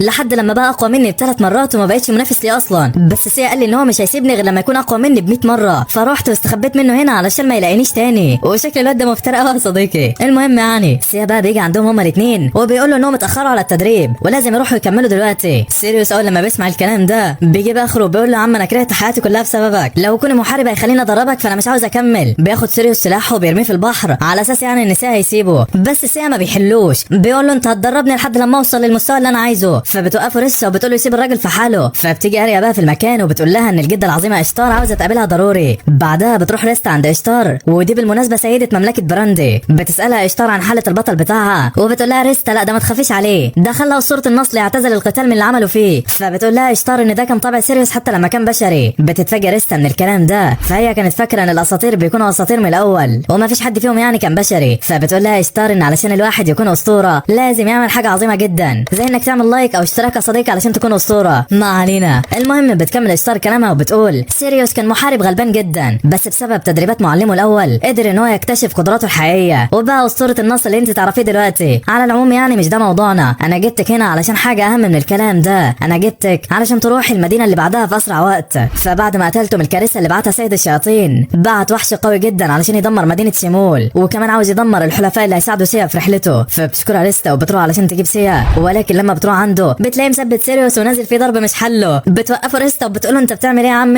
انت نازل فيه ضرب كده ليه؟ فبيقول لها سيا ان هو مش بيضربه وانما ده جزء من التدريب، بس نظرات الاستغاثه يا عيني بتاعت سيريوس بتفهمها كل حاجه. بتقول له سيب الراجل في حاله يا عم وخلينا نروح على المدينه، الاعداء مستنينا هناك. فبيقول لها سيا مفيش مشاكل، انا دلوقتي مستعد بالكامل لاي حاجه. بعدها بقى بيروح الاثنين على مدينه سيمول، ولكن لما بيوصلوا بيلاقوا سكان المدينه بيمشوا. فبتروح ريستا وبتسالهم عن سبب رحيلهم، فبيقول لها السكان انهم سمعوا ان المدينه هتتضرب قريب وبسبب كده بيجهزوا نفسهم علشان يروحوا على مكان امن قبل ما يجي جيش الزومبي بتاع ملك الشياطين ويخلص عليهم. ريستا لما بتسمع الكلام ده بتتضايق جدا لان وحوش الزومبي مش بتتاثر بهجمات السيف، وعلشان يغلبوهم محتاجين سحر ناري قوي جدا او انهم يستخدموا الميه المقدسه. فبيروحوا الاثنين بقى عند احد التجار علشان يجيبوا الميه دي، وبيرحب بيهم التاجر وبيقول لهم ان هو يديهم الكميه اللي هم عاوزينها علشان يحموا المدينه. فبيقول له سيا في الحاله ديت هات 1000 علبه ماشي بيهم حالي. فبيقول له التاجر تمشي بيهم حالك ازاي يا عم، انا ذات نفسي مش معايا الكميه ديت اصلا. سيا ما بيعجبوش الكلام ده، هو بيمسك في الراجل علشان يديله اللي هو عاوزه، بس بتتدخل ريستا في الوقت المناسب وبتاخد 10 ابوات بس. بعدها بيروحوا الكنيسه علشان يقابلوا الحلفاء اللي قالت عليهم اشتار، وهناك بيقابلوا القس بتاع الكنيسه بيشكرهم على نجدتهم ليهم، وبيقول لهم انه جاب اقوى 2 موجودين في المدينه علشان يساعدوهم في رحلتهم، واللي بيكونوا الاخوين ماشي ولولو اللي عندهم دماء التنين الاسطوريه. بيتجاهل سيا بقى كلام القس وبيروح حاطط الماء المقدسه على دماغه. الكل طبعا بيكون فاكر سيا بيستهزئ بالراجل ده، وفجاه بيبدا الراجل يتحرق من الماء المقدسه بيقع على الارض. ريستا لما بتشوف المنظر ده بتتفاجئ لان الماء المقدسه مش بتعمل كده غير في الزومبي. طبعا الزومبي بيتعصب وبيقرر ان هو يقتل كل الموجودين علشان يسهل الغزو اللي جاي، بس على مين؟ ده سيا جام التنين بيقطعه حتت وبيخليه مش نافع لاي حاجه. الكل طبعا بيتفاجئ من سرعته المرعبه لان اصلا محدش لمح هجومه. الزومبي بقى بيتعصب من اللي بيحصل له وبيقول له انت فاكر ان الموضوع انتهى؟ انا مجرد جندي واحد قضيت عليا، بكره هيجي جيش كامل من 10000 زومبي هيجي وهيمسح المدينه بالكامل. فبيشكر سيا على المعلومه دي وبيقول له يلا اتكل على الله. ريستا لما بتسمع الكلام بتترعب لانها عارفه اللي هيحصل، بتاخده بقى علشان يلحقوا يهربوا، ولكن انت عارف اللي هيحصل يا صديقي. ايوه سيا ما بيبخلش على الراجل بحاجه، بيفجروا بالكنيسه وكل المكان. الكل طبعا بيقف مصدوم القوه التدميريه المرعبه بتاعته وبيقولوا يعني لو دي قوته وهو بينظف المكان ما بالك يعني هيعمل ايه في الاعداء. ما علينا. المهم بيروح ماشي ولولو عند سيا وبيشكروا على مساعدتهم، فبيطلع سيا الماء المقدسه وبيصبها عليهم علشان يتاكد انهم بشر ولا لا. فبتقول له ريستا ان مفيش داعي للكلام ده، هو خلاص خلص على الوحش. بس سيا بيروح ويصب عليها هي كمان علشان يتاكد انها مش زومبي. خنزير خنزير مفيش كلام يعني. بعد ما بتطمن سيا ان مفيش زومبي معاه بتبدا ريستا انها تفحص احصائيات الاخوين، بس بتلاقي ان الاحصائيات بتاعتهم ضعيفه جدا، وبتقول لسيا ان احصائياتهم مش احسن حاجه، ولكن لو اتدربوا هيكونوا احسن اكيد. سيا بعدها بيبص لهم بكل قرف كده وبيقول الاتنين دول ما يلزمونيش في حاجه، خليهم يمشوا. ريستا بتقول انهم يملكوا دماء عشيره التنانين واكيد يعني هيكونوا اقوى في المستقبل، فبيقول لها سيا علشان كده انا رافضهم من الاساس، مش عاوز منهم حاجه. بيجي بعدها بقى حراس المدينه علشان يشوفوا سبب الانفجار ده وبيسالوهم عليه، فبتقول لهم الراهبه ان البابا اللي كان في الكنيسه كان زومبي، ولكن بطل الارض قدر ان هو يكتشفه وانقذهم كلهم. فبيحيي القائد سيا بقى وبيشكره على مساعدتهم، وبيقول له انهم جم علشان يساعدوه في قتاله مع جيش الزومبي، معاهم 200 مقاتل مستعدين للقتال. فبعدها سيا بيقول له خليهم في المدينه انا هتعامل مع الجيش بنفسي. طبعا الراجل بيتجنن من كلامه وبيقول له انت بطل وكل حاجه، بس ده جيش مكون من 10,000 زومبي، ازاي هتقتلهم لوحدك؟ سيا بيقول له مالكش دعوه، وعلشان كده انا بقول لك خليك مكانك، خد كمان معاك العينين دول خليهم يعملوا حاجه مفيده. فبتقول له ريستا ان مفيش داعي يكلم الناس بالشكل ده، الناس بس عايزه تساعده مش اكتر. سيا بيقول لها انا مش هقبل مساعده اي حد عاوز يموت على الفاضي، انا قادر اتعامل مع كل المشاكل ديت بنفسي. طبعا ريستا بتتاثر من كلامه وبتعرف انه كان بيقول كده علشان خايف عليهم مش اكتر. بعدها بيروحوا الاثنين لمكان جيش الزومبي واللي بيكونوا جايين باعداد كبيره جدا، فبيفهم سيا ان هو مش هيقدر يستخدم الماء المقدسه عليهم كلهم، وبيقرر يستخدم المهاره اللي اتعلمها اثناء التدريب. وفجاه بيستدعي نيزك عملاق وبينزل على الجيش وبيفجره بالكامل. البنت بتكون مصدومه من اللي بيحصل ومش فاهمه هو جاب كل القوه ديت منين. بعدها الاثنين بيرجعوا على المدينه علشان يرتاحوا، وبعد كام يوم بتيجي البنت ديت عند ريستا وبتقول لها ان اخوها اختفى مش عارفه هو راح فين، فبتطمنها ريستا وبتقول لها ان هو اكيد هيكون كويس، فهم دمروا جيش الزومبي ومستحيل يعني ماشي يتعرض لاي اذى. فبتشكرها لولو وبتسالها عن مكان سيا وبتقول لها ان سيا قاعد في الغرفه بتاعته، ولما بيروحوا الاثنين علشان يطمنوا عليه بيلاقوا المكان زي ما انت شايف كده يا صديقي. بتساله ريستا بقى وعمل كده ليه في الاوضه، فبيقول لها ان هو كان بيحاول يصنع سلاح قوي علشان يقدر يستخدمه في المعارك واخيرا قدر يصنعه. بتشوف ريستا بقى السلاح بتاع سيا وبتلاقيه سلاح بلاتيني قوي جدا، بتساله هو ازاي قدر يعمل سلاح زي ده. سيا بيقول لها انه كان محتاج معدن اسطوري علشان يقدر يقوي السلاح بتاعه، وعلشان كده اخذ الشعر اللي كان بيقع منها علشان يستخدمه في السلاح. ريستا طبعا بتكون متضايقه جدا، بس هتعمل ايه يا صديقي، ما قدامهاش اي حاجه تعملها. بعد شويه بقى بتيجي صاحبه السكن وبتجيب حاجه لسيا، بتقول لهم ان في حد جاب الهديه دي وطلب انها تروح لسيا مخصوص. بتفتحها ريستا وبتلاقي انها مرايه عاديه، ولكن فجاه بيظهر هيكل عظمي مخيف جدا وبيكون معاه ماش. بيرحب الراجل بيهم وبيعرفهم عن نفسه، بيطلع نداد اسمه كارثه الموتى والمسؤول عن تطوير الوحوش في جيش ملك الشياطين. بيقول لهم انه ما كانش متخيل ان هم يقدروا يدمروا الجيش بتاعه بالسرعه دي، وعلشان كده هو اخد ماش وهيفضل يعذبه لحد لما يموته. بيفضل الشيطان يعذب في ماش والواد صامد رغم المعاناه ومحدش قادر يساعده. سيا بقى لما بيشوف اللي بيحصل بيؤمر ريستا تفتح بوابه مملكه براندي بسرعه. بيقول بعدها الماش انت طلعت شجاع جدا يا ولد، وعلشان كده انا هخليك حامل اغراضي، فاجمد كده بقى وما تموتش دلوقتي. بيرفع سيا سلاحه وبيجهز ضربه قويه جدا علشان يهجم على الوحش. الشيطان بيقول له ده ملوش اي فايده، فانت اصلا مش عارف مكاني ومستحيل الهجمه توصل لي. طبعا الكلام ده بيكون على اي حد ولكن مش على سيا يا صديقي. هوب طخ بيهجم سيا على المرايه وبيقطع ايد دسمه، الكل بيكون مصدوم، هو الهجمه ديت ازاي وصلت ليه؟ ده هم اصلا مش عارفين مكانه. بيسحب سيا ريستا العالم براندي علشان يكسبوا شويه وقت، وهو اصلا عمل كده علشان ينقذوا مشي بسرعه. فبتقول له ريستا ان عندها طريقه علشان يوصلوا على المكان ده. بيروحوا الاثنين عند اشتار علشان يطلبوا مساعدتها، طبعا ما بتاثرش معاهم وبتفتح لهم بوابه على مكان مشي فورا. بدون تفكير بيهجم سيا على الشيطان وبيبعدوا عن ماش، ولكن ما بيتاثرش نهائي. ولما الشيطان بيلاقي ان هو مش هيقدر يغلب سيا بيقرر يستخدم سلاحه السري، وفعلا وحش غريب بيظهر قدام البطل بتاعنا وسيا بيحاول يقطعه بالسيف، ولكن الوحش مش بيتاثر نهائي. والشيطان بيقول له ما تتعبش نفسك، مهما هاجمته مش هتقدر تدمره بالسيف بتاعك. طبعا ريستا بتستغرب وبتروح تفحص قدرات الوحش علشان تفهم ايه اللي بيحصل. بتلاقي ان اغلب احصائيات الوحش ده فوق ال 30,000 وما فيش اي حاجه بتاثر فيه غير سحر الجليد. بعدها بقى الشيطان بيقول لها انتوا مستحيل تقتلوه، فعلشان تقتلوا الوحش بتاعي لازم تهجموا عليه هجمه مباشره وقبل ما يجمع جسمه تجمدوه، وساعتها يعني ممكن يتاثر بالضربات اللي قوتها فوق ال 10,000، بس انتوا ما عندكمش ولا شرط من دول، فالافضل تستسلموا احسن. سيا بقى بيقول له انت فاكر ان البتاع ده يقف قدامي؟ طب شوف انا هعمل ايه. بيتحرك سيا بسرعه البرق وبيهجم على الوحش وبيشوه جسمه. بعدها بايده الثانيه بيستخدم خاتم الجليد وبيجمد جسم الوحش بالكامل. اخيرا بيسحب سيفه بنار الجحيم، بوم بيخلص عليه. بعدها بيرجعوا كلهم على المدينه وبيشكرهم مشي على انقاذهم ليه. بيوعد بعدها سيا ان هو هيساعده علشان يرد له الجميل ده. بيطلب بعدها منهم يروحوا معاه على كهف عشيره التنين الاسطوري واللي بيحتوي على السلاح العظيم، والسلاح ده قادر على قتل سيد الشياطين. بعدها بقى ريستا بتنبسط لانهم هيقدروا يخوضوا مغامره اخيرا، بس سيا بيقول لهم انهم هيرجعوا علشان يتمرنوا ويرفعوا من قوتهم اكتر. وبعدها بيروحوا بقى على مملكه براندي، وهناك بيتفاجئ مشي ولولو من المكان، بيكونوا عاوزين يكتشفوه، بس سيا بيقول لهم انهم لازم يلاقوا حد علشان يدربهم. بيروحوا بقى كلهم علشان يدوروا على سيريوس، ولكنهم بيلاقوا شغال في المطبخ. يا عيني سيا علم عليه على الاخر، خلى وخلاه يسيب كل حاجه علشان ما يقابلوش تاني. سيا بيزعق له وبيقول له سيب العبط اللي انت بتعمله ده علشان نتمرن. سيريوس بيترعب منه كده وبيقول له ان هو مش عاوز يشوف ساحه التدريب تاني. فبتطمنه ريستا بقى وبتقول له ان المره دي هيدرب ماشي مش سيا. واول لما سيريوس بيسمع الكلام ده بينبسط جدا وبيقول اخيرا مش هتدرب من سيا تاني. على طول بيوافق بقى ان هو يدرب ماش. وبعدها ريستا بتاخد لولو عند اسطوره النار علشان تدربها. وبكده الكل لها حاجه يعملها ما عدا طبعا سيا لانه دلوقتي مش لاقي حد علشان يدربه. فبتيجي اريا بقى عندهم وبتقول لها انها تعرف الشخص المناسب لتدريب سيا. وبيروحوا الثلاثه عند مكان ضلمه جدا. في بنت مخيفه جدا كانت هناك وبتعرفهم اريا على البنت دي. بتكون ديت اسطوره الحرب ادل، تاني اقوى محاربه في المملكه بعد فالكيري واسطوره الدمار. بس سيا بقى بيكون مش مقتنع ان البنت التعبانه ديت قادره على تعليم اي حاجه وبيكون عاوز يسيبها ويمشي. ولكن ادل بتتحرك بسرعه جدا وبتظهر من وراهم وبتقول له انت قدرت تعرف مكاني بعينيك، باين كده انك عندك المقومات علشان تتعلم خاصيه السيف الابدي بتاعتي. بس الموضوع مش هيكون بالسهوله دي، انت هتقدر تستحملها ولا ايه؟ سيا بيقول لها طالما المهاره قويه فهتعلمها باي شكل. وبعد 3 ايام بقى بتروح لسه تاخد المجموعه علشان يروحوا كهف التنين وياخدوا السلاح الاسطوري. لما بقى بتروح عند ماش بتلاقي ان احصائياته ارتفعت بشكل كبير وحتى قوه التنين بتاعته بدات تظهر. بس مع الاسف الموضوع مش بيكون نفسه مع لولو واحصائياتها مش بتتطور خالص. فبتروح اسطوره النار وبتكلم ريستا وبتقول لها انها حاولت تعلمها الاساسيات السحريه بس مع الاسف قدراتها السحريه ضعيفه جدا وباين انها مش هتقدر تتعلم السحر. ما بترضاش ريستا تقول الكلام ده لولو علشان ما تحبطهاش. بعدها بتاخدها وبيروحوا عند سيا. وبعدين الفريق بيوصل على مكان كهف عشيره التنين العظيم. ولما بيوصلوا هناك بيلاقوا بوابه ضخمه جدا وعلشان تتفتح لازم المختارين هم اللي يفعلوها. بينبسط ماشي ولولو بقى علشان هيقدروا يساعدوا سيا. بس سيا اصلا بيكون كسر البوابه باستخدام المهاره الجديده بتاعته. امال احنا لسه هنستنى ولا ايه؟ بيدخلوا كلهم جوه بس مش بيلاقوا اي حاجه. هو موضوع السلاح الاسطوري ده طلع كذب ولا ايه؟ فجاه بيتكلم صوت معاهم بيقول لهم انهم لو عايزين السلاح ده لازم يدخلوا البوابه. بيدخلوا البوابه وهناك بيلاقوا نفسهم وسط عشيره التنانين، مكان فخم جدا وتحسه طالع من القصص الخياليه. بس احنا ملناش دعوه بالكلام ده، احنا عاوزين السلاح يا صديقي. بيروحوا بقى كلهم عند زعيمه التنانين ليفاي علشان يقابلوها. ولما بيوصلوا هناك بتشكرهم على محاربتهم الكوارث اللي كانت بتظهر في السطح وعلشان كده هي هتحاول تساعدهم قدر الامكان. بتنادي بقى على مشي وبتعمل عليه تعويذه سحريه وبتظهر قوه التنين بتاعته. احصائياته كلها بتزيد 10 اضعاف. ولولو بتنبسط لما بتشوفه. بتطلب من ليفاي انها تدي لها قوه هي كمان. فبتقول لها ليفاي انها مش محتاجه القوه دي لانها قريب هتكون اقوى سيف في العالم، سيف ذابح الشياطين. استنى هو مين اللي هيكون سلاحي يا حاجه انت؟ ماشي طبعا بيسالها عن معنى الكلام ده. ليفاي بتقول له انهم هيضحوا بحياتها علشان يحصلوا على السلاح الاسطوري الموجود في العشيره ويقتلوا بيه سيد الشياطين. ماشي بتصدم لما بيسمع الكلام وبيقول لها احنا مش علشان نقتل سيد الشياطين نقتل لولو، انا مش عاوز كده. فبتقول له ليفاي مفيش خيار تاني، اغلب بقاع الارض بقت على حافه الدمار بسبب قوات الشياطين اللي بتنتشر في كل حته بتقتل اي حد يقف في طريقها واحنا مش عارفين نعمل اي حاجه. والمدن الصغيره الامنه اللي انتم شفتوها دي هي امنه بس لان سيد الشياطين كان مستني البطل يظهر فيها، وبما انه ظهر فالموضوع مساله وقت قبل ما كل المدن دي تتدمر. بمعنى الكلام احنا هناخد حياه لولو بس مقابل انقاذ حيوات العالم دي كلها، ودي الطريقه الوحيده لقتل سيد الشياطين. طبعا الكل بيخرج من عند ليفاي وبيكونوا محبطين جدا، فعلشان ينقذوا العالم لازم يضحوا بلولو. بتحاول ريستا بقى انها تهدي لولو بس سيا بيقول لها ان طالما ده الوضع فما فيش حاجه يقدروا يعملوها. وبسبب كلامه البنت بتزعل جدا وبتمشي. بالليل بقى بيجي ميعاد الحفله الخاصه بمراسم السيف، وعلشان المراسم دي تكمل لازم لولو تنزل في حفره السيف وساعتها يحصلوا على سيف قاتل الشياطين. فبتيجي لولو عند مكان المراسم وبتكون حزينه جدا ومكسوره. فمع الاسف دي هتكون النهايه. بتودعهم البنت وبتتمنى انها تكون مفيده وتقدر تساعد سيا على انقاذ العالم. بتقرب من الحفه اكتر وخلاص على وشك انها تقع بس ماشي بيوقفهم. بيقول لهم مش هسيبكم تضحوا بحياه لولو بالشكل ده. بس الحراس بيمنعوه بيخلوا البنت تكمل المراسم بالغصب. تفتكر بقى ان دي النهايه خلاص، لا والله. فجاه بيظهر سيا من ورا الحراس وبيكسر عظمهم. بتستغرب لولو من اللي بيحصل وبتقول له انت عملت كده ليه؟ كده مش هتاخد السيف. فبيقول لها سيا سيف ايه وبتاع ايه؟ انت اللي بتشيلي لي الشنط بتاعتي، لو اتحولت لسيف هتشيلي الشنط ازاي؟ ليفاي لما بتشوفه بتزعق له بتقول له بالطريقه ديت مش هنقدر ناخد السلاح اللي هيخلص على ملك الشياطين. فسيا بيقول لها انه مش واثق من وجود السلاح ده وقدرته على هزيمه سيد الشياطين، وحتى لو كان ده هو السبيل الوحيد علشان يقتله فهو مش عايزها. انا هدور على طريقه تانية واهزم الشياطين بيها. ليفاي بقى لما بتسمع الكلام ده بتتعصب جامد وبتقرر انها تتدخل في الموقف. ماشي بيحاول يمنعها ولكنه بيقع على الارض هو وكل اللي معاه. ريستا والباقيه مش بيكونوا عارفين يحركوا جسمهم خالص وشكلهم كده متخدرين يا صديقي. فعلا ليفاي بتقول لهم انها حطت مخدر في الاكل بتاعها ودلوقتي محدش فيهم هيقدر يتحرك. بتؤمر الجنود انهم يكملوا المراسم علشان ياخدوا السلاح وبتفكر يعني انها كده ما حد زيها، ولكن تفتكر ان سيا يسكت على الكلام ده يا صديقي. لا والله الواد بيهجم عليهم وبيرميهم من هناك. ليفاي بتستغرب جدا من اللي بيحصل. انت ازاي ما تاثرتش من جرعه الشلل دي؟ سيا بيقول لها انه كان عارف انهم هيعملوا كده فمثل ان هو بياكل علشان يخدعهم. وديك اهوت وقعتي في الفخ يا ستي. بعدها ليفاي بتتعصب منه جدا وبتتحول لتنين عملاق علشان توقف سيا وتقتل وتقتل لولو باسرع طريقه. ريستا بقى لما بتبص على احصائياتها بتلاقيها مرعبه جدا وحرفيا اقوى من اي حاجه قبلوها. ليفاي بقى هي كمان بتقول له استسلم احسن لك، انت مش هتعرف تغلبني بسيفك العادي ده، انت كده كده هتموت. سيا بيقول لها وانت مين قال لك اني هحاربك بالسيف ده اصلا؟ بيطلع سيا سيف قاتل التنانين من الشنطه بتاعته، وطبعا يعني الراجل رايح عشيره التنانين فلازم يعني يعمل حسابه. ليفاي بقى بتروح على طول علشان تهجم على لولو بس سيا بينقذها. ليفاي بتتعصب منه اكتر وبتقول له انت فاكر انك هتعرف تحمي البنت ديت مني؟ انا مجهزه لكل حاجه كويس. فجاه لولو بتقع على الارض من كتر الالم بسبب القلاده اللي في رقبتها. بيطلع بقى ان ليفاي حطت لعنه على القلاده دي هتقتل لولو في 3 دقايق، والطريقه الوحيده لانقاذها انهم يخلصوا على ليفاي. بدون تفكير سيا بيهجم عليها وبضربه واحده بيقدر يشيل نص نقاط حياتها. بتنبسط ريستا جدا وبتقول لو سيا فضل يقتلها كده كده نعرف نكسبها ونخرج من هنا. ليفاي هي كمان بتقول له انت طلعت قوي جدا بس مع الاسف كل ده مش كافي لهزيمتي. فجاه ليفاي بتتحول لشكل التنين الذهبي الكامل وبتقول له انها دلوقتي بقت منيعه ومفيش ولا هجمه تقدر تخربشها حتى. سيا بيقول لها منيعه على نفسك مش عليا. بيطلع سيا كيس كده وبياكل كل اللي فيه وبيكون ده كيس حبوب السرعه علشان يعرف يهجم اسرع. ما بيسكتش على كده وبس وبيطلع سيف قاتل تنانين تاني وبينزل ضرب في ليفاي بكل ما عنده من قوه. ولكن حتى مع كل ده لسه سيا مش قادر ان هو يخربشها حتى بسبب الجسد الذهبي. بيتفضل دقيقه واحده والقلاده هتخلص على لولو والبنت بتقول له خلاص يا سيا ما تتعبش نفسك اكتر من كده، انا خلاص اتقبلت نهايتي. سيا ما بيسمعش كلامها وبيكمل قتال والكل بيكون فاكر ان سيا بيقاتل على الفاضي لحد لما ليفاي بتاخد بالها. ايوه بيطلع ان سيا كان بيضربها علشان يزقها ويوقعها من على الجرف. فبتستغرب ليفاي من اللي بيعمله سيا وبتقول له انها كانت بتساعد لولو علشان تكون مفيده ليه هو بيحاول ينقذها رغم انها ملهاش لازمه. بيقول لها سيا ما تغلطيش في حمله الحقائب بتاعتي، طالما انا موجود مش هسمح لحد ان هو يقرب منها. ليفاي بقى لما بتلاقي نفسها خلاص قربت تقع بتحاول انها تهجم على سيا وتقتله بس الواد بيهجم عليها بهجمه قويه جدا وبيطيرها من على الجرف بيوقعها. بتقول له انت فاكر انك هتعرف توقعني؟ ده انا بقدر اطير يالا بالاجنحه بتاعتي. ولكن لما بتحاول تطير بتلاقي انه متقطع يا صديقي وعلى طول بقى بتقع في الحفره وبعدها بيخرج سيف قوي جدا من الحافه. كل اللي في القريه بيكون مظلوم جدا لان السيف الوحيد اللي ممكن يطلع من هنا هو سيف قاتل الشياطين. بس ازاي؟ مش المفروض ان السيف ده يطلع لما يرموا المختاره؟ بيقول لهم سيا ان السيف ده محتاج حاجه واحده، تضحيه احد سكان عشيره التنانين، وبما ان ليفاي ضحت بحياتها واخدنا السيف فما حدش محتاج حاجه تاني. بيخرجوا كلهم من هناك وبتكون البنت مبسوطه على الاخر لانها مش هتتحول لسيف وهتفضل مع مشي صاحبها. ريستا بقى بتقول لها تاخد مشي وخرجوا علشان هتكلم سيا في حاجه والدنيا بقى رايقه. بتقول له بعدها انا عارفه ان السيف اللي معاك ده مش سيف قاتل الشياطين، فالسيف الاصلي عنده طاقه اسطوريه كبيره عكس السيف ده. بيقول لها ان كلامها صحيح بس هو عمل كده علشان يضمن ان محدش هيقرب من لولو بعد كده. ريستا طبعا بتتاثر من كلامه وبتعرف هو قد ايه طيب. بعد ما بيخرجوا من جوه الكهف بقى بيلاقوا مجموعه من المحاربين في انتظارهم وبيقول لهم القائد انهم من قلعه أولغا جايين علشان يطلبوا مساعده سيا في هزيمه بوب. فبتساله ريستا عن بوب ده فبيقول لها ان هو احد لوردات سيد الشياطين، هو نص شيطان ونص دبانه زي ما سمعت كده يا صديقي. الدبانه اللي بتعرفك وانت قاعد في البيت ديت هو نصها التاني. المهم ان بوب ده عمال يقتل الناس اللي في قلعه أولغا ومحتاجين مساعدته يعني علشان يخلصوا عليه. بيطير بعدها سيا وريستا وبيروحوا على مكان الوحش علشان يراقبوا تحركاته وبيلاقوا ان في عش دبان ضخم جدا قدامهم مليان بالوحوش الطائره، اقل واحد فيهم من المستوى 30 وفي منهم على الاقل 400. فبيراقب سيا الوضع علشان يعرف ازاي هيتعامل معاهم لحد لما بيجي الشيطان بوب واللي على الرغم ان احصائياته مش قويه لكن سرعته عاليه جدا يا صديقي والتعامل معاه هيكون صعب. في الوقت ده بقى بيكون في مجموعه من الفرسان مستخبيين في الغابه علشان يحاولوا يلاقوا فرصه للهجوم على الشيطان ده، ولكن السهام بتاعتهم مش بتصيب جيش الدبان بسبب سرعتهم الكبيره. بوب بقى بيقول لهم حلوه قوي اللعبه دي، انا كمان عاوز العب معاكم. بيخلي اتباعه ياخدوا مجموعه من الفرسان ويطيروهم بعيد وبعدها بيرموهم من فوق وللاسف بيموتوا. بوب بيقول لهم ان هو هيفضل يقتل في البشر العاديين لحد لما يظهر البطل وبعدها بيمشي. بيفهم بقى سيا ان ملك الشياطين بيحاول يستدرجه علشان يخلص عليه وعلشان كده لازم يتعامل مع الوضع بحذر اكتر. فبيروحوا عند اللي فاضل من مجموعه الفرسان علشان يقابلوا القائد بتاعهم واللي بتطلع بنت كده اسمها روزلي. بتشكرهم روزلي على وصولهم وبتأمر الجنود انهم يجهزوا نفسهم علشان يقتلوا مع سيا. فبيجي المساعد بتاعها وبيقول لها انهم ما يقدروش يعملوا كده بسبب الاضرار يعني، وبينصحها انهم يرجعوا للقلعه علشان يجهزوا الصفوف بتاعتهم ويفهموا الوضع للبطل. بتقتنع روزلي بكلامه وبيروحوا كلهم على قلعه أولغا المحصنه. بيقول لهم المساعد انهم مش يتعرضوا لاي هجوم طالما هم في القلعه دي، فالقلعه مجهزه بكل انواع الدفاعات اللي ممكن تحميهم من الهجوم لحد لما يجهزوا سيا للقتال. فبيقول له سيا ان الدفاعات ديت مش هتعمل حاجه قدام جيش بوب بالذات يعني ان هو بيتفادى الهجمات بتاعه الرماه. فبيقول له المساعد انهم ما يقدروش يهجموا على القلعه علشان لسه ما يعرفوش مكان البطل، بالاضافه يعني ان سيد الحرب الاسطوري اقوى محارب في العالم موجود في القلعه ومش هيعرفوا يقفوا في طريقه. فبيسالوا سيا طالما سيد الحرب قوي كده فليه يعني ما انقذش العالم بنفسه؟ بيقول له المساعد ان في سبب بيمنع سيد الحرب ان هو يخرج من القلعه دي وعلشان كده انا واخدك عليها. بعدها بقى بيوصل سيا والباقيين لغرفه الاجتماعات وبيتجمعوا مع باقي المحاربين. روزلي بتقول لهم انهم هيجمعوا كل القوات اللي معاهم وهيهجموا مع سيا ويخلصوا على بوب كارثه السماء، بس سيا بيقول لها ان هو هو مش هيقتل حد وانما هو هيمشي اصلا. البنت بتصدم كده وبتقول له انت هتسيبنا في نص المعركه ولا ايه؟ ده احنا ما صدقنا ليناك يا عم. سيا بيقول لها ان هو مش مستعد للتعامل مع الوحوش اللي بتطير بالسرعه دي، وعلشان كده هو حابب يتمرن لحد لما يقدر يقتلهم. بتقول له روزلي انهم لازم يروحوا يقتلوا جيش كريست السماء علشان ينتقموا من الجنود اللي ماتوا. فبيقول لها سيا ان هي السبب في موتهم، فلو ما كانتش هجمت على جيش بوب بتهور ما كانش زمان في حد فيهم مات. بتعصب روزلي من كلامه وبتروح تضربه، ولكن سيا بيصد ضربتها وبيديها كشاف بيبوظ وشها على اخر. يا صديقي البنت بتتجنن وبترفع سلاحها عليه وبتقول له احنا مش محتاجين لبطل جبان زيك، انا هروح واخلص على بوب لوحدي. فبيقول لها سيا انت احصائياتك قويه ايوه، بس مش كفايه علشان تقدري تتغلبي عليه. لو رحتي لوحدك هناك فانت هتموتي على الفاضي، فخليكي هنا يا شاطره احسن لك. بتهديهم ريستا بقى وبتقول لهم انهم هيغيبوا لساعه واحده بس وهيرجعوا على طول. بيوصلوا بقى لمملكه غراندي، وريستا بتقول لسيا ان هو ما كانش ينفع يتكلم مع روزلي بالطريقه دي. فسيا بيقول لها ان بسبب افعالها مات ناس كتيره بدون داعي، علشان كده هو لازم يرفع من قوته علشان يوقف المهزله اللي بتحصل دي. بتفهم ريستا بقى ان رغم تصرفات سيا البارده لكنه بيحاول يحافظ على حياتهم. بيقول لها سيا ان هو لازم يتدرب عند حد بيملك القدره على الهجوم من مسافه بعيده، وريستا لحسن حظها بتكون عارفه الشخص المناسب. بيروحوا كلهم بقى عند الغابات العميقه وبيقابلوا هناك ماتياس اسطوره الرمايه. بتقول لها ريستا انها محتاجه مساعدتها علشان تدرب سيا علشان يتغلبوا على كراسه السماء. فماتياس بتقول لها انها تقدر تعلم سيا المهاره الخاصه بتاعتها، اسهم الضوء يعني، واللي بتقدر تصيب الهدف مهما حاول ان هو يتفادى الهجوم. طبعا الواد بيوافق، وبعدها ريستا بتاخد مشي ولولو علشان تشوف حد يدربهم. بيجي بقى سيريوس واللي لما بيشوفها بيخاف لا يكون سيا معاهم، بس بتطمنه ريستا وبتقول ان هو مش هنا واللي هتدربه يعني ماتياس اسطوره الرمايه. فبيقول لها سيريوس انها لازم تاخد سيا ويهربوا، لان من بعد ما مشي اخر مره ادل بتدور عليه علشان تقتله. فبتخاف ريستا كده من كلامه وبتروح عند اريا علشان تساعدها. فبتطمنها اريا وبتقول لها ان مستحيل ادل تعمل حاجه لسيا، وبتقترح يعني انها تدرب مشي ولولو لحد لما يخلص تدريب سيا. فبتشكرها ريستا وبتروح عند غرفه ادل علشان تكلمها، ولكن لما بتوصل هناك بتلاقي ادل قدامها بشكل مرعب. بتسالها ادل عن سبب وجودها، فبتقول لها ريستا انها جت علشان تطمن عليها بس. ادل بقى ما بتديش كلامها اهميه وبتسالها اذا كان سيا جه معاها ولا لا، لانها عاوزه تكلمه في حاجه مهمه. ريستا بقى بتقول لها انها جت لوحدها وسيا ما جاش معاها، وهي جايه اصلا علشان تشكرها على مساعدتها ليهم. بعدها بتروح ريستا بقى عند سيا في الغابه وبتقول له ما يخرجش من هنا علشان ادل ما تشوفوش. بيقول لها انت عبيطه يا بنتي، ما يوافق وراك اصلا. بتخرج ادل سيفها بقى وبتستعد للقتال، وبتقول له انت فاكر اني هسيبك تعيش بعد ما سبتني ومشيت؟ انا هقطعك دلوقتي. بتترعب ريستا وبتقول لسيا يهرب، بس سيا بيتجاهلها وبيروح علشان يواجه ادل. بيقول لها بطلي العبط ده وروحي تهدي علشان انا بتدرب دلوقتي. البنت ريستا بقى بتقول له انت بتعمل ايه يا عم؟ دي عاوزه تموتك. بس المفاجاه ادل بتهدى بعد كلام سيا وبتسيبه وبتمشي. هي الصنانه غمزت ولا ايه؟ بعد كام يوم بقى بتروح ريستا علشان تشوف تقدم ماش ولولو، وبتلاقي ان ماش قدر ان هو يحصل على مهاره التنين الكامله، ولولو بقت قادره على تسريعها وتبطيء اي حاجه تلمسها. فبتنبسط ريستا منهم جدا لانهم كده هيكونوا قادرين على مساعده سيا في القتال. بعدها بيرجعوا كلهم على القلعه بعد ما بقوا مستعدين للمعركه، ولكن لما بيوصلوا هناك بيلاقوا مساعد روزلي بيقول لهم ان هي راحت عند كريست السماء علشان تواجهه. فبيطمنوا سيا وبيقولوا ان هو يتعامل مع الوضع، وبياخد ريستا والبقيه وبيروحوا على مكان القتال. بيلاقوا بقى في الوقت ده روزلي بتحاول تدخل العرين الخاص بالدبان علشان تقدر تواجه بوب. بيستغل بقى سيا الموقف وبيجهز سهم الضوء علشان يقدر يقتل بوب بضربه واحده، بس روزلي ما بتاخدش في ايد بوب ثواني وبيقدر يقبض عليها. كده حياتها في خطر وفرصه ان سيا يقتل بوب بقت معدومه. فبيقول سيا ريستا انها تروح تنقذ روزلي وتشتت بوب قدر المستطاع، عقبال يعني ما يجهز هجمه كافيه لقتل بوب بالكامل. فعلا البنت بتروح وبتحاول انها تشتته علشان ما يقتلش روزلي، ولكن بوب بيكون حاسس ان في حاجه غلط، فبيبدا يطير بروزلي لمكان عالي جدا علشان ما حدش يعرف يصيبه. بيفضل يطير في الجو لحد لما بيوصل لفوق، وبكده ما فيش اي حاجه هتوصل لهنا، حتى الاسهم السحريه ما تقدرش تصيبه من الارتفاع ده. بس ريستا بقى مش بتفقد الامل في خطه سيا وبتحاول تشتت فيه برضه، وفعلا سيا خلص الخطه بتاعته. بيظهر بعدها سهم الضوء، ولكن بوب بيقدر ان هو يتفادى الهجوم، وبعدها ريستا بتقدر انها تمسك روزلي. بس دلوقتي بوب بقى عارف ان سيا بيحاول يصطاده. بيقول له بعدها انا اسرع شخص في السماء، مستحيل حد يقدر يتغلب على سرعتي. بيهجم على سيا بوابل من السهام، ولكن بوب بيقدر يتفاداهم بكل سهوله، وبسبب الهجوم بيعرف مكان سيا فبيهجم عليه بكل سرعته. ولكن فجاه بيلاقي جسمه اتخرم. ايوه سيا قدر ان هو يصيبه بالمهاره الجديده بتاعته، بيخلص عليه. ريستا وروزلي لما بيشوفوا الموقف ده ما بيكونوش مصدقين، هو ازاي اصلا قدر يفوز في المعركه الصعبه دي. بعد بقى ما بتخلص المعركه بتروح روزلي وبتعتذر لسيا على الضرر اللي اتسببت بيه في المعركه، وبتقول له انها تديله حاجه علشان تساعدهم. بتعرفه ان في درع اسطوري في اخر الغابه قادر على تحمل القوى الخاصه بملك الشياطين، لو حصلوا عليها يساعدهم في المعركه وهيخليك جامد جدا. طبعا سيا بيشكرها على المعلومه دي، وبياخد ريستا والباقيين علشان ياخدوا الدرع بسرعه. ولكن لما بيوصلوا هناك بيلاقوا المكان مدمر بالكامل. بيروحوا علشان يدوروا على ناجين يقدروا يساعدوهم، ولكن بيكون الدمار خلص على كل الموجودين. وفجاه بقى بيظهر قزم عجوز في المكان وبيقول لهم اتمنى يكون حفل الاستقبال عجبكم، انا اسف نستعرف بنفسي، انا هو بال كارثة النهاية، وبما اني ظهرت ليكم فكده انتم هتموتوا على ايدي. بيستدعي بال احد الوحوش وبيخرج منه الدرع الاسطوري، وحرفيا الدرع بيكون اتدمر ما بقاش نافع خالص. بعدها بال بيقول ان هو دلوقتي خسر الدرع والسيف وما فيش اي سلاح تاني هيقدر يهزم ملك الشياطين، مهمته خلاص بقت مستحيلة، لازم يموت دلوقتي احسن له. بيرسم بال بقى دايرة سحرية وبعدها بيطعن نفسه، وفجأة بيظهر شبح مرعب جدا قدام سيا. الشبح ده اسمه كارثة النهاية، ولما بيحاولوا يشوفوا احصائياته بيلاقوا ان احصائياته اعلى حتى من انها تتقاس بالارقام. سيا بيهجم على الوحش باقوى سحر عنده، ولكن مفيش حاجة بتأثر فيه، ده شكله خصم مش هيقدر يتغلب عليه. الواد على طول بيخلي ريستا تفتح البوابة وتنقله من هنا، وفعلا ريستا بتفتح البوابة وبيقدروا يهربوا بكل صعوبة. فبتسأله بعدها ريستا وبتقول له هنعمل ايه؟ قدرات الوحش ده مرعبة جدا، شكله اقوى من اي حاجة واجهناها قبل كده. فبيقول لها سيا ان هو هيحتاج يتدرب اكتر علشان يقدر يتعامل مع الوحش ده، ولكن فجأة بتتفتح بوابة قدامه وبيظهر منها الوحش تاني. بتتصدم ريستا ان هو قدر يوصل هنا رغم حاجز الابعاد اللي بيحمي المملكة، وبتسأل سيا هيعملوا ايه دلوقتي، بس الواد ما بيكونش عارف هيتعامل مع الوحش ده ازاي ومش فاهم ايه التصرف اللي المفروض يعمله. ريستا بقى بتترعب جدا وبتقول لو سيا مش عارف امال مين اللي هيعرف يغلبه، احنا خلاص ما عادش لينا امل. ولكن فجأة بقى بيظهر الاساطير اللي في المملكة وبيحاولوا انهم يوقفوا الوحش ده، بيهجموا على الشبح بكل قوتهم، ولكن كل ده مش بيأثر فيه. لسه بقى ريستا كانت هتكلم سيا بتلاقي جرى وساب المكان كله. ايوه الجري خلاص ما عادش نص الجدعانه، بقى الجدعانه كلها صديقي. بتهرب ريستا والبقيه مع سيا، والوحش بيجري وراهم ومش راضي يسيبهم في حالهم، بيجوا الصوره ورا التانيه علشان يوقفوه، ولكن مفيش حد قادر يتعامل معاه. بيوصل سيا بقى لحد اديل وبيقول لها وقفي الوحش ده واعمل لك اللي انت عاوزاه. البنت بتفرح جدا وبتروح علشان تواجه الوحش بالسيف الابدي بتاعها، بس حتى تاني اقوى مقاتله في المملكه ما قدرتش تقف قدام كارثه النهايه. في الحاله ديت هنعمل ايه؟ بيقول لها سيا في الحاله دي لازم نروح عند الاقوى في المملكه. بيجروا كلهم لحد لما بيوصلوا عندها، ايوه فالكيري اسطوره الدمار. اول لما الوحش بيقرب من سيا الواد بيستناه لحد لما يهجم عليه، بعدها بيتفادى الهجوم وبيخليه يخبط في اللوحه بتاعت فالكيري، واول لما اللوحه بتاعتها بتتدمر البنت بتتعصب جامد، بتهجم عليه بكل قوتها، ولكن كل هجماتها ما كانتش قادره عليه. بس لما فالكيري بتلاقي ان المهارات العاديه مش جايبه معاها نتيجه بتقرر تستخدم اقوى مهاره عندها، وفجاه بتستدعي فالكيري قفص حديدي وبتحبس الوحش فيه، بعدها بقى بتدمره بالكامل. وعلى الرغم من ان المهاره ديت قدرت تتغلب على الوحش ولكنها تسببت في اصابات خطيره جدا ليها. سيا بقى بتعجبه المهاره ديت جدا وبيطلب منها انها تعلمه، فالبنت بتقول له ان المهاره ديت مش مهاره عاديه، وعلشان تنفذها لازم تقيد حياه المستخدم مقابل حياه العدو. فحتى هي مع كل المهارات بتاعتها ما قدرتش تتحمل رد الفعل الخاصه بالمهاره دي، فلو هو حاول يستخدمها اكيد هيموت لا محاله. سيا بقى بيقول لها ان هو جاي علشان ينقذ العالم وهيستخدم اي وسيله علشان يقدر يحقق هدفه. بتعجب فالكيري بعزيمه سيا وبتقرر انها تدربه. بعدها بقى بتروح ريستا علشان تستريح من اللي حصل النهارده، وبتلاقي سيريوس بيقول لها ان اشتار عاوزه تقابلها. بتروح عندها فعلا وبتقول لها اشتار ان جيش سيد الشياطين اتجمع على حدود قلعه اولغا، هيعملوا هجوم شامل قريب ولازم يستعدوا علشان يتصدوا للهجوم، لان بعد الهجوم ده هيواجهوا سيد الشياطين. فبتشكرها ريستا على المعلومات دي وبعدها بتجهز نفسها. بالفعل بعد يومين البنت بتروح علشان تشوف ماشي يقولوا له عملوا ايه، وبتلاقي ان مهاراتهم ارتفعت بشكل كبير، وبالمستوى اللي هم وصلوا له ده اكيد هيكونوا قادرين على قتال جيش ملك الشياطين. بعد ما بيخلصوا بقى بيروحوا عند سيا علشان يرجعوا لقلعه اولغا، ولكن ريستا بتكون قلقانه جدا لان سيا ما قالش انه مستعد بالكامل زي ما كان كل مره بيقول. لما بيوصلوا بقى بيلاقوا جيش ملك الشياطين موجود على حدود القلعه، وكل الجنود من كلا الطرفين على اهبه الاستعداد والوضع في قمه التوتر. بعدها بيظهر قائد جيش الشياطين وبيستعد لبدء المعركه. بتفحص ريستا احصائياته وبتلاقي ان هو قوي جدا، فبتقول لسيا يروح علشان يساعد جيش القلعه على هزيمه الشياطين. فبيقول لها سيا هم مش محتاجين مساعده مني طالما هو موجود. ريستا بتستغرب كده وبتقول له انت تقصد مين بكلامك؟ وهنا بيظهر محارب كبير في السن ولكن بيكون باين عليه الهيبه، بيتقدم كده لطليعه الجيش بكل شجاعه علشان يواجه قائد الجيش. بمجرد بقى ما بيرفع السيف بتاعه بيفتت قائد الجيش في ثواني. كل الشياطين لما بتشوف قوته بيهربوا على طول، ولكن على مين يا حبيبي؟ المحارب ده بيستخدم سيف الضوء العظيم وبضربه واحده بيمحيهم من الوجود، وبعدها بيعلن النصر لجيش البشر. بس مين المحارب صاحب القوه المرعبه دي؟ ايوه ما فيش غير محارب واحد بس بالقوه دي، سيد الحرب الاسطوري، اقوى شخص في العالم. ريستا بقى بتشوف احصائياته وبتلاقي ان هو خارق للطبيعه وتقريبا كده مساوي لقوه سيا. بيروح سيد الحرب بقى وبيشكر ريستا واللي معاها على حمايتهم للمدينه، وبسبب قوته بقى بتطلب ريستا ان هو ينضم معاها في معركه سيد الشياطين. بس فجاه سيد الحرب بيتعب وبيقع على الارض، وريستا بتروح علشان تشوف ماله، ولكنها بتلاقي ان هو اتحول لطفل صغير. وبتيجي روزلي وبتاخد سيد الحرب اللي بيطلع ان هو ابوها. بتقول لها ريستا ان هو بعد ما قتل جيش الشياطين لقوه بالشكل ده، فبتقول لها روزلي ان ده اللي بيحصل لما سيد الحرب يستخدم قوته مره واحده. بتستغرب ريستا وبتطلب منها تفهمها اكتر، فبتقول لها روزلي انها لو عاوزه تعرف الحقيقه لازم تقابلها في القلعه علشان تفهمها كل حاجه. لما بيروحوا بقى القلعه بتسالهم روزلي عن مكان الدرع الاسطوري اللي قالت ليهم عليه، فبيقول لها سيا ان كارثه النهايه دمره. البنت بقى بتتضايق جدا لان لان ده كان الامل الوحيد في انقاذ ابوها. فخلال السنين اللي فاتت كان سيد الحرب بيحارب جيش الشياطين لحد لما قدر ان هو يوصل للقلعه بتاعته علشان يخلص عليه، ولكن لما راحوا علشان يساعدوه اتفاجئوا ان هو اتحول لطفل قبل ما يوصل حتى لبوابات القلعه. حاولت روزلي وكل السحرة انهم يعالجوه ولكن من غير اي فايده. كان في لعنه خطيره جدا في روحه وهي اللي بتحوله للشكل ده بمجرد ما بيستخدم كل قوته، وعلشان كده كانوا عاوزين الدرع الاسطوري علشان يستخدموه في ازاله اللعنه دي. فسيا بيقول لها ان هو مش محتاج مساعده اي حد في مقاتله سيد الشياطين ولازم يركزوا اكتر على حمايه سكان القلعه. بعدها بقى بيروح سيا واللي معاه علشان يقابلوا سيد الحرب، وده طبعا بعد ما رجع كبر تاني. الراجل بيقول لهم ان هو مش فاكر حاجه من بعد ما غلب جيش الشياطين ولكنه لسه ناوي يقاتل سيد الشياطين مع سيا. فبيقول له سيا ان هو مش عاوزه لانه هيعطله في القتال مش اكتر. بيتضايق بقى سيد الحرب من كلامه ولكن هو مدرك ان كلام سيا حقيقي، فبيقرر ان هو يكتفي بحمايه القلعه وخلاص ويسيب كل حاجه على سيا. فجاه بقى بيجي احد الحراس وبينادي وبيقول ان جيش سيد الشياطين رجع تاني، معاهم جيش اكبر المره دي وشكلهم على وشك الهجوم على القلعه. بيكون بقى سيد الحرب هيخرج علشان يواجههم ولكن سيا بيقول له ان هو هيهتم بالموضوع ده بنفسه. بياخد مشي بقى ولولو معاه وبعدها بيمشي من المكان. بتروح بعدها ريستا تتمشى مع سيد الحرب كده وبيقول لها انها شخصيه مميزه جدا، فعلى عكس البشر العاديين الاساطير والابطال لو حصل لهم حاجه في العالم ده مش هيموتوا لان ارواحهم الاصليه موجوده في مكان سري بيحميها من الفناء لحد يعني لما تخلص مهمتها. وخلال المعركه الاخيره ما بينه وما بين سيد الشياطين الشيطان عرفه ان هو جاهز سلاح خاص قادر على تدمير الروح الاصليه الخاصه بالاساطير علشان يضمن يعني ان هو يسيطر على العالم ده. بتتفاجئ ريستا كده من كلامه وبتساله ازاي عرف المعلومات ديت كلها، فبيقول لها سيد الحرب لان الشيطان هو اللي قال لي المعلومات ديت بنفسه. وفجاه بيخرج سلاح بتخرج منه هاله شيطانيه مرعبه وبيكون ده هو السلاح اللي بيدمر الروح الاصليه. ريستا بتتفاجئ جدا وبتساله عن سبب وجود السلاح ده معاه، فبيقول لها ان هو اخده من سيد الشياطين علشان يخلص عليهم دلوقتي. بيهجم بقى سيد الحرب على ريستا بالسلاح وبيقدر ان هو يثبتها. البنت بتترعب جدا وبتساله هو ليه عاوز يقتلها، فبيقول لها علشان اثبت ولائي الملك الشياطين. فبعد ما شفت قوته الكامله في المعركه الاخيره بتاعته ادركت انهم مستحيل يقدروا يتخلصوا منه، وعلشان كده انا بساعده علشان يحافظ على المملكه بتاعتي من الدمار. بيجهز بعدها بقى الهجوم بتاعه وبيكون خلاص هيقتل ريستا، ولكن انت متخيل انها تموت وسيا موجود في المنطقه صديقي؟ لا والله، بوم البطل بيوصل في الوقت المناسب وبينقذ ريستا. بيستغرب سيد الحرب كده وبيساله ازاي عرف ان هو يغدر بيهم، فبيقول له سيا علشان قصتك ما كانتش مقنعه، فازاي يعني سيد الشياطين هيسيب شخص بقوتك لسه عايش؟ ما فيش بقى غير حل واحد بس، انه سابك علشان قرر يستخدمك لقتلي. فبيضحك سيد الحرب كده وبيقول لسيا بما انك عرفت كل حاجه فما فيش داعي علشان نستنى اكتر من كده. بيطلع سيد الحرب حبه بقى وبياكلها وفجاه بتخرج منه طاقه جنونيه جدا بترفع من قوته وبيهجم على سيا بكل غباء. بيقدر ان هو يصيبه اصابات خطيره، فبيفهم سيا ان المره دي لازم يتعامل مع الوضع بشكل جد اكتر. وبيطلع اثقال من دراعه وبيفضل يرميها علشان يخفف وزنه ويقدر يقاتل سيد الحرب بكل قوته. بيطلع اقوى اسلحته وبيعززها بالكامل وبيهجم عليه بكل غباء. سيد الحرب بيهجم عليه كمان بكل شراسه ومحدش مدي فرصه للتاني علشان يريح. ريستا بقى بتكون مش قادره حتى تشوف الهجمات من سرعتها المرعبه، وسيد الحرب كان عمال يمدح سيا بيقول له انت طلعت افضل ما انا متوقع، بس دلوقتي جه الوقت علشان اخلص عليك. وفجاه سيد الحرب بيهجم على سيا وبيقطع دراعه. سيا بيقع على الارض من كتر النزيف ما بيقدرش يتحرك. سيد الحرب بيستغل الفرصه ديت وبيهجم عليه بكل قوته، ولكن تفتكر ان الواد هيسيبه؟ لا والله، سيا هو كمان بيهجم عليه بالسيف التاني وبيقطع دراعه. سيد الحرب بيهجم عليه بالقبضه التانيه علشان يخلص عليه، بس المعركه خلصت يا صاحبي. سيا بسيف النار بتاعه بيخلص عليه. ايوه كده خلاص الواد انتصر. بعد ما ريستا بقى بتعالج دراع ريستا المقطوعه، سيا بيقول لها تروح تعالج سيد الحرب. بيقول كمان لروزلي تروح تودعه قبل ما يموت، وبتزعق له روزلي وبتقول له الراجل ده مش ابويا، ده خاين باع حياته لسيد الشياطين رغم كل اللي عمله في البشر. بمجرد ما بتخلص كلامها سيا بيدي لها جوز كشافات كده بيرجعوها لوعيها. بيقول لها العتاب ما بينفعش غير لما الواحد يكون عايش، فاستغل اللي فاضل معاكي بقى علشان تودعيه. بعدها سيد الحرب بيعتذر لبنته على اللي عمله وبيقول لها انه كان عاوز يحميها مش اكتر، كان نفسه يحمي اهالي القلعه بتاعته وما كانش عاوز الموضوع ينتهي بالشكل ده. فبتتاثر البنت بكلامه وبتروح تودعه للمره الاخيره، وبعدها الاب بيموت. بيعدي بقى يومين على المعركه دي، وخلال الوقت ده بتكون روزا اعلنت موت سيد الحرب بسبب سنه، اصبحت المسؤوله عن القلعه. وسيا بقى كان بيعالج اصاباته من المعركه الاخيره وبقى كويس. بيشكرهم سيا بقى على مساعدتهم خلال رحلته وبيقول لهم يتفسحوا في المدينه قبل ما يقتلوا سيد الشياطين. فبينبسط الكل وبيروحوا على المدينه علشان يهيصوا، ولكن لما بيرجعوا بيلاقوا ان سيا اختفى ومش موجود في المكان. ريستا بتدور عليه في كل حته ولكنها مش بتلاقيه نهائي، فبتخاف ان هو يكون راح يعمل حاجه خطيره وبتروح عند اشتار علشان تساعدها. بعدها بيقابلوا اشتار في شجره الحياه الخاصه بالمملكه، وبتقول لها انهم لما سابوا سيا راح علشان يواجه سيد الشياطين بنفسه. فبتقول لها ريستا ان ده مش منطقي لان سيا مش ممكن يعمل شيء متهور زي ده، هو في العادي بيكون حريص جدا قبل ما يقتل اي حد، بالاضافه يعني ان سيد الشياطين بيملك السلاح القادر على تدمير الروح الاصليه، وكده الواد ممكن يكون في خطر ويموت نهائي. فبتقول لها اشتار علشان كده هو راح علشان يقتله لوحده علشان يضمن ان ما حدش فيكم هيتعرض لاي ضرر. ريستا بتقول لها اكيد لا، يعني سيا شخص بارد ومش بيهتم باي حد، مستحيل مستحيل يعمل حاجه زي كده. فبتقول لها اشتار ان ده اللي كانت هي فاكراه، بس في خلال الفتره اللي فاتت كان سيا بيحاول ان هو يحميكم قدر المستطاع، وعلشان كده كان بيعاملكم بالطريقه دي. ريستا بتقول لها طب في الحاله ديت ما راحش ليه علشان يتدرب زي كل مره ويرفع من قوته؟ هنا بقى بتعرفهم اشتار الحقيقه، وبتقول لهم ان سيا وصل لاعلى قدراته حتى قبل ما يدخل عشيره التنانين، وخلال الفتره اللي فاتت دي حاول بس ان هو يرفع قوته ولكن من غير فايده، وعلشان كده قرر انه يتعلم مهاره فالكيري وبيقاتل سيد الشياطين لوحده دلوقتي علشان ينقذ العالم، وحتى لو هو مات فهو ما عندوش مشكله. بتفضل لسه بقى تعيط وبتقول هو ليه عاوز يحميها بالشكل ده، دي مش معركته لوحده. فبتقول لها اشتار ان هو بيعمل كده علشان يسدد دين قديم ما قدرش يسدده. وفجاه بيظهر مجموعه من المغامرين بيكونوا موجودين في الغابه ومعاهم اريا. سيا بقى بتستغرب وريستا بتسالها عن سبب وجود اريا وسيا هناك، فبتقول لها اريا ان دي ذكرياتها في احدى العوالم اللي كانت مسؤوله عنها، وفي العالم ده اختارت سيا كبطل علشان ينقذ العالم. ولكن خلال رحلتهم كان سيا مش بيهتم باي حاجه غير القتال والمغامره، وعلى الرغم يعني من تهوره لكنه كان بيلاقي طريقه علشان يكسب بيها المعركه، لحد لما بيكون بقى فاضل بس انهم يغلبوا سيد الشياطين وينقذوا العالم ده. وفي المعركه الاخيره بيقدر سيا ان هو يخلص على الشيطان. الكل ساعتها بقى كانوا فرحانين ان المعركه انتهت خلاص، ولكن فجاه بيظهر سيد الشياطين قدامهم بعد ما بتتجدد كل اصاباته. بتحاول اريا انها توقفه بس الوحش بياكلها. مش بيفضل غير سيا بس والمعالجه بتاعه الفريق. سيا بيسالها اذا كانت تقدر تعالج اصاباته، بس مع الاسف بتكون استهلكت كل الطاقه اللي عندها. بيرفع سيا سلاحه بقى علشان يحارب ملك الشياطين، وفجاه الشيطان بيهجم على المعالجه. الواد بيحاول يوقفه ولكن سيا بيكون ضعيف جدا ومش قادر عليه. بيحاول يرفع سلاحه ولكن برضه مش قادر. بيفضل يعيط لان الفريق كله مات بسببه وما كانش عارف يعمل ايه. بتوقف اريا بقى الذكريات اللي تقطع القلب دي، وبتفضل اريا تعاتب نفسها علشان هي السبب في فشلهم في المهمه دي. فلو كانوا جمعوا معلومات اكتر كانوا قدروا يتغلبوا على الشيطان ده وينقذوا العالم. وفي اللحظه ديت بتنهار ريستا من كتر العياط ومش بتكون عارفه مالها. فبتكشف لها اشتار الحقيقه، وبيطلع ان ريستا هي المعالجه اللي ما قدرش سيا يحميها، واللي بسبب تضحياتها والحاجات اللي عملتها في العالم بتاعها بقت اسطوره الشفاء وفقدت ذكرياتها عن العالم ده. بتفهم بقى ريستا اخيرا كل حاجه عن سيا، وبتعرف هو كان ليه بيعملها وحش. مش علشان هو بيكرهني، لا، ده علشان مش عاوز اللي حصل يتكرر تاني. بتطلب ريستا بقى انها تروح علشان تساعد سيا في المعركه، وبتقول انها ما تقدرش تسيبه بعد كل ده. اريا بتحاول توقفها ولكن البنت بتكون مصممه انها تروح. فاشتار بتفتح لها بوابه لمكان سيد الشياطين علشان تروح عنده، ولما بتوصل هناك بتلاقي سيا بيتقاتل مع سيد الشياطين بكل قوته ولكن مفيش اي فايده. فبيضطر ان هو يستخدم مهاره فالكيري علشان يخلص على سيد الشياطين، والمهاره بتشتغل فعلا. بتبدا تقطع في سيد الشياطين وبتكون على وشك انها تقتله، بس الشيطان بيكون لسه بيقاوم ومش عاوز يموت. سيا بقى بيطلع سيف العالم السفلي وبيرشوه في دماغه لحد لما بيخلص عليه، وبكده اخيرا الحرب خلصت. ولكن بسبب المهاره بيبدا جسم سيا ان هو ينزف من كل حته، وريستا بتحاول انها تعالجه ولكن ده ما بيكونش كافي. فبتضطر البنت انها تستخدم كل قوتها علشان تنقذه، وفعلا على اخر لحظه بتقدر انها ترجعه من الموت. بينبسط بعدها الكل لان كل شيء انتهى وخلاص بيكونوا هيرجعوا. ولكن فجاه بيظهر سيد الشياطين من البوابه، بيقول لهم انتم فاكرين ان انا همشي لوحدي؟ انتم هتيجوا معايا. بيخرج كره طاقه عظيمه جدا قادره على تدمير الكوكب. فلما بتشوف ريستا الهجوم بتيأس جدا وبتفكر ان دي النهايه، ولكن سيا مش هيتقبل ان دي تكون النهايه يا صديقي. بيستجمع كل قوته وبيستخدمها علشان يخلص عليه تاني. بيستخدم نفس المهاره تاني وبيحاول سيد الشياطين ان هو يهرب بالمهاره، ولكن على مين؟ ده سيا جامد تنين. بيخلص عليه وبكده سيد الشياطين بيختفي من العالم بالكامل. بعدها بقى المهاره ديت بتكلم سيا وبتقول له انت استخدمت قاضي الاعدام مرتين ولازم تدفع الثمن. بيبدا جسم سيا يتدمر بسرعه كبيره جدا، وريستا بتحاول انها تعالجه ولكن علاجها مش كافي. بتحاول ريستا بكل قوتها انها تنقذه ولكن برضه مش عارفه. سيا بقى في الوقت ده بيوقفها وبيقول لها مفيش داعي لكل ده، اخيرا المره دي انا قدرت احميكي. وبعد ما بيخلص كلامه جسمه بيتفتت وبيموت من المكان. ريستا بقى هي كمان كانت منهاره جدا وعماله تعيط بطريقه هستيريه. وبكده بقى صديقي بتخلص الحكايه الاسطوريه بتاعت سيا اللي الناس هتفضل تحكيها لمئات السنين. بعد ما بينتهي كل حاجه بقى بتروح ريستا تودع الكل لان ملك الشياطين انتهى والعالم تم انقاذه. بيشكرها الكل على مساعدتهم وبيوعدوها انهم يفتكروها للابد. بترجع بعدها للمملكه بقى وبتكون حزينه جدا لانها على الرغم من انها انقذت العالم خسرت سيا للابد. بتفضل في الحاله الصعبه دي لحد لما بتيجي اريا وبتقول لها ان اشتار عاوزاها. ايوه عاوزاها في موضوع مهم جدا. لما بيوصلوا هناك اشتار بتقول لها انها خليفه قواعد مملكه براندي، علشان كده هيتم معاقبتها بارسالها لانقاذ عالم من الفئه اس، وخلال وجودها في العالم ده مش هتقدر تستخدم قدراتها. فبتقول لها اريا ان المهمه ديت مستحيله، العالم ده اتدمر بالفعل محدش هيقدر ينقذه. فبتقول لها اشتار علشان كده هتديها المحارب المناسب. ايوه بتديها ورقه البطل بتاعها، واكيد انت عرفت مين ده يا صديقي. هو مفيش غيره، سيا هو الوحيد اللي هيقدر ينقذ عالم زي ده. بتشكرها ريستا بقى وبتروح علشان تبدا المغامره الجديده بتاعتها، وكانت في قمه السعاده. وبس لحد هنا بتخلص الحكايه بتاعتنا. لو عجبك الفيديو الفيديو ما تنساش تقول لنا في التعليقات،